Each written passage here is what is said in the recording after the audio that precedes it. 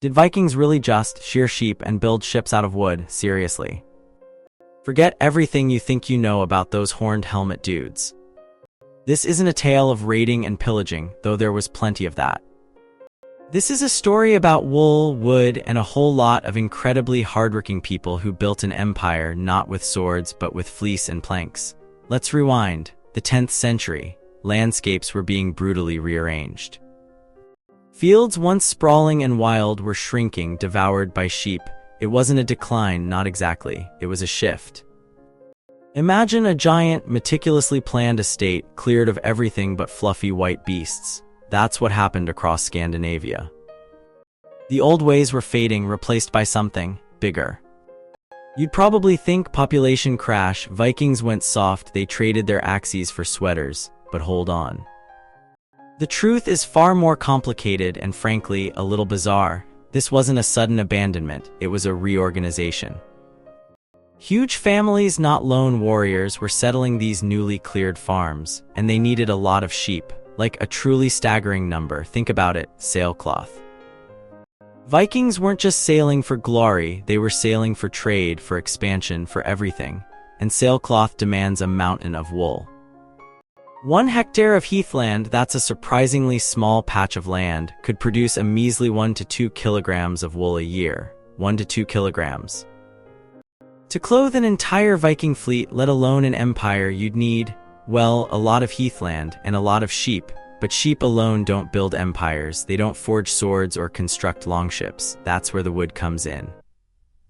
The Vikings weren't just sailing, they were building. Buildings, infrastructure, defenses, everything needed timber, and they needed it in colossal quantities. Let's talk about a ship, the Skuldelev II warship. Found near Dublin, scuttled outside Roskilde, painstakingly rebuilt by skilled shipwrights. Now, let's do some math. This ship took 2,650 person days to build. 2,650 days.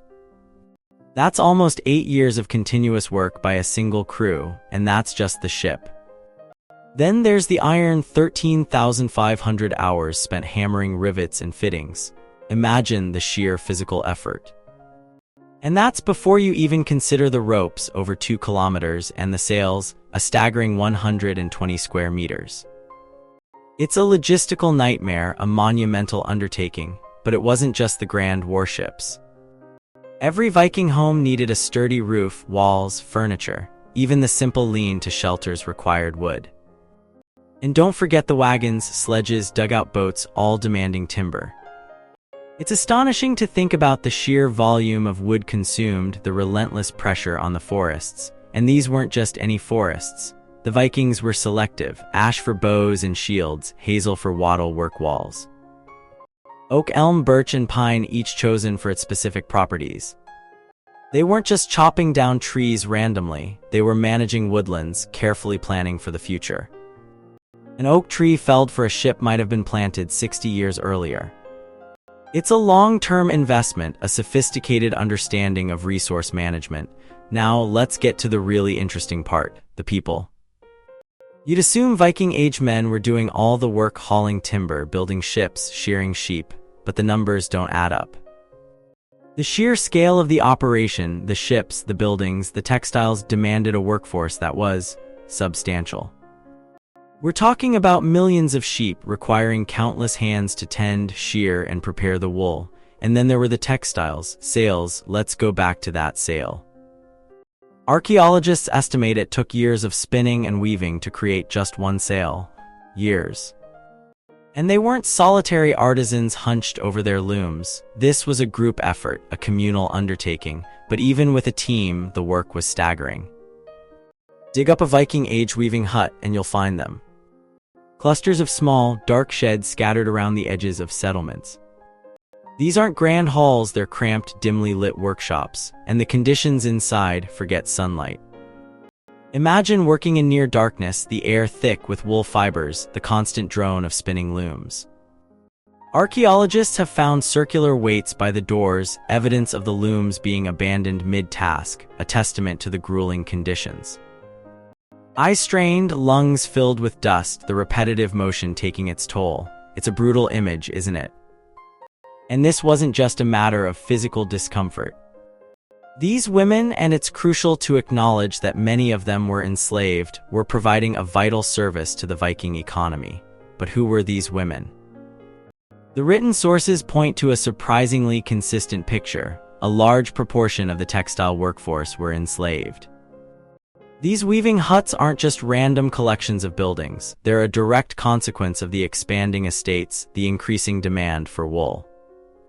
They're a visual representation of the Viking economy's reliance on unfree labor. Let's talk about the slaves. The Vikings weren't just conquering territories, they were conquering people. Raiding brought captives who were then sold into a vast network of trade. These enslaved individuals provided the labor that fueled the Viking expansion, the shipbuilding, the wool production, everything. It's a horrifying cycle, a brutal system built on exploitation. Slaving wasn't just a side activity for the Vikings, it was at the very core of their economy and their identity. But there's more to the story. Alongside raiding and trading, the Vikings were also developing towns, proto-urban centers. But here's the thing, they didn't have a word for town. Instead, they used the term garter, a word that typically refers to a farmstead, and they qualified it. Miklegarter, the big garter, referring to Constantinople. Homegarter, the settlement on the island, referring to Novgorod. These weren't cities in the European sense. They weren't grand centers of commerce and culture. They were smaller, more localized markets, characterized by a sense of enclosure and a lack of formal planning. They were places where goods were exchanged, where travelers rested, but they weren't the sprawling, complex urban centers of the Roman Empire or the Arab caliphates. The Vikings were adapting, learning from their encounters with other cultures, but they weren't replicating them. They were building something different, something uniquely Viking, and that brings us to the question of resources. The Vikings weren't just taking what they needed, they were managing their resources. They understood the value of different tree species, carefully selecting and maintaining them for their specific properties. Ash for bows, hazel for wattle work, oak for ships. It's a sophisticated system of forestry management, a testament to their practical knowledge and their long-term vision. This management wasn't just about timber, it was about power. Control over timber and woodland labor was a crucial component of family estates, a source of wealth and status. Conflicts over inheritance, disputes over access to resources, these were common occurrences. The ability to control the flow of timber and labor was a reflection of social standing, a measure of power. This is particularly evident in the North Atlantic colonies, like Iceland. The rapid clearing of timber had a devastating impact on the settlers' lives, forcing them to rely on imports from Scandinavia. And then there were the Vinland voyages to North America, expeditions undertaken in part to exploit the rich woodlands of the eastern seaboard. So, let's recap. Vikings, not just warriors, but shepherds, woodworkers, textile producers, and tragically, slave traders. They built an empire not with swords, but with wool, wood, and the labor of countless individuals, many of whom were enslaved. They weren't just conquering territories, they were conquering people, exploiting resources, and building a complex, interconnected economy.